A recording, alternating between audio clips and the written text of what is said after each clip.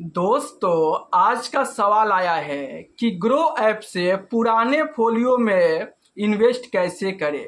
क्योंकि आजकल दिक्कत ये हो रहा है, जैसे ही ग्रो ऐप से आपका एसआईपी कट रहा है या फिर आप लमसम इन्वेस्टमेंट कर रहे हो तो आपको एक नया फोलियो नंबर दिया जा रहा है, वो भी डीमेट अकाउंट में।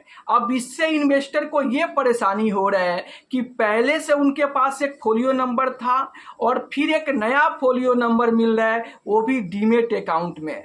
तो मैं आपको इस वीडियो में बताऊंगा कि कैसे आप अपने पुराने फोलियो नंबर में इन्वेस्टमेंट कर पाओगे। यही नहीं, मैं आपको ये भी बताऊंगा कि अगर आपका एसआईपी कट गया है और आपको नया फोलियो नंबर मिल गया है, वो भी डीमेट अकाउंट में, तो उसको आप पहले वाले फोलियो नंबर में कैसे इन्वेस्ट करोगे, मैं आपको ये भी बताऊंगा। तो फिर देर किस बात की, फटाफट वीडियो को लाइक कर दीजिए, चैनल को सब्सक्राइब कर दीजिए।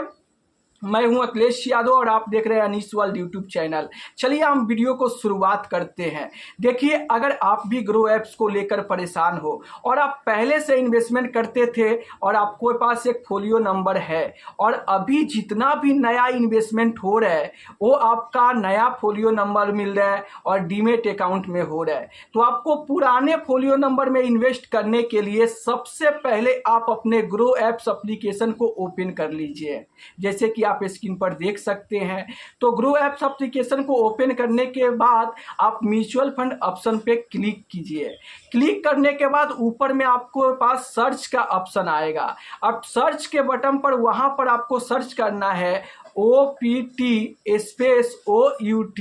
सर्च करने के बाद आप देखोगे कि नीचे इस तरीका का कुछ लोगो आएगा, वहां पे आप क्लिक करोगे तो फिर से आपको नीचे यहाँ पर ग्रीन बटन पर दिखाई देगा OPT और OUT, इस पे आपको क्लिक करना है।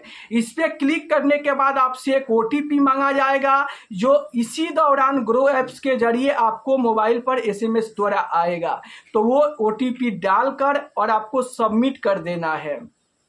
जैसे ही आप OTP डालकर सबमिट करोगे तो आपका रिक्वेस्ट यहां से चला जाएगा और रिक्वेस्ट जाने के 24 घंटा बाद जो भी आप एसआईपी करोगे, लमसम करोगे, तो आपका पुराने फोलियो नंबर में ही आपका इन्वेस्टमेंट होगा। उसी जो पुराना फोलियो नंबर है, जो पहले आपका इन्वेस्टमेंट एसओएस में होता था, उसी फोलियो नंबर में आपका यूनिट भी अलॉट होगा और आपका इन्वेस्टमेंट भी होगा। तो इस तरीके से करके आप अपने समस्या का समाधान कर सकते हैं। लेकिन अब यहाँ पर सवाल ये आ रहा है कि अगर आपको एक नया फोलियो नंबर मिल गया है, वो भी डीमेट अकाउंट में, तो उसको आप पुराने फोलियो नंबर में कैसे कन्वर्ट करोगे। तो देखो, अगर आपको पास में यहाँ पर नया एक फोलियो नंबर मिल गया है, वो भी डीमेट अकाउंट में, तो इसको आप पुराने फोलियो नंबर में यहाँ पर कन्वर्ट नहीं कर सकते हो। इसको आप इस तरीके से कर सकते हो कि इस पैसे को आपको रिडीम करना पड़ेगा। जो भी आपको नया फोलियो नंबर मिला है वो भी डीमेट अकाउंट में, उसको आप रिडीम कर लो, वो पैसा आपके बैंक अकाउंट में आ जाएगा और फिर से जब आप इन्वेस्टमेंट करोगे तो आपका इन्वेस्टमेंट पुराने वाले फोलियो नंबर में इन्वेस्ट हो जाएगा। तो वहाँ पर आपके एक ही फोलियो में टोटल इन्वेस्टमेंट हो जाएगा।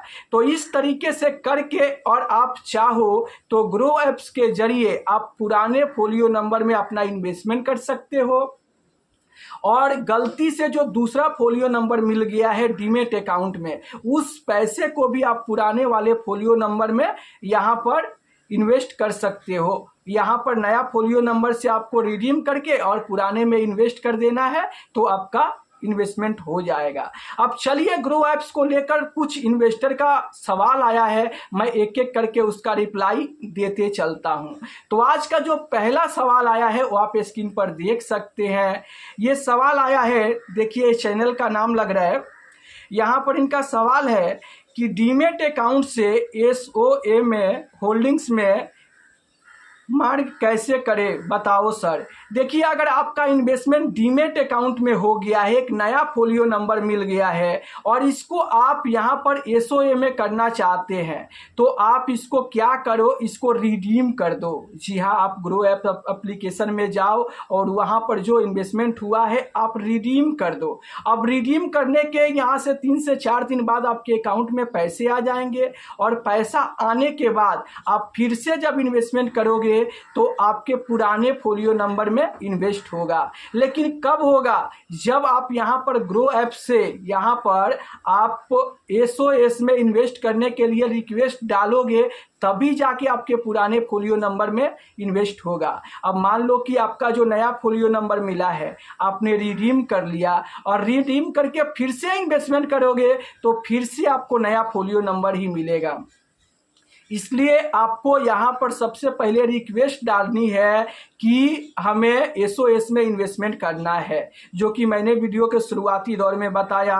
वहाँ पर जाके आप रिक्वेस्ट डालकर और तब दूसरे फोलियो नंबर में जो डीमेट अकाउंट में इन्वेस्टमेंट हुआ है उसको रिडीम करके और 2 दिन बाद आप इन्वेस्टमेंट करोगे तो पुराने फोलियो नंबर में आपका इन्वेस्टमेंट हो जाएगा। तो इस तरीके से आप अपने प्रॉब्लम का सॉल्व आप कर सकते हैं। चलिए, आप यहाँ पर दूसरा जो सवाल आया है वो आप स्क्रीन पर देख सकते हैं। ये सवाल आया है कि कैसे पता करें कि इन्वेस्टमेंट डीमेट फर्म में हो रहा है या फिर एसओएस में हो रहा है। देखिए, अगर आप अपना यहाँ पर ग्रो ऐप से जब जाके म्यूचुअल फंड इन्वेस्टमेंट चेक करोगे, ग्रो ऐप्स एप्लीकेशन को ओपन करोगे, म्यूचुअल फंड पर जाओगे और वहाँ पर डार्क बोर्ड जो आता है वहाँ पर क्लिक करोगे तो वहाँ पर आपको 2 फोलियो नंबर शो करेगा। जो फोलियो नंबर शो करने के तुरंत वहीं पर आपको दिखाएगा कि डीमेट फर्म में है या फिर एसओएस में है।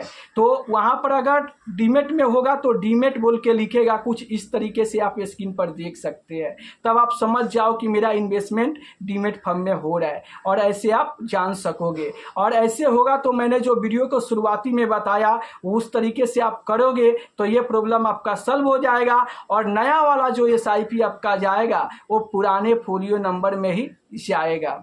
चलिए, अब मैं आपके सामने अगला सवाल रखता हूं और उसका रिप्लाई देते चलता हूं।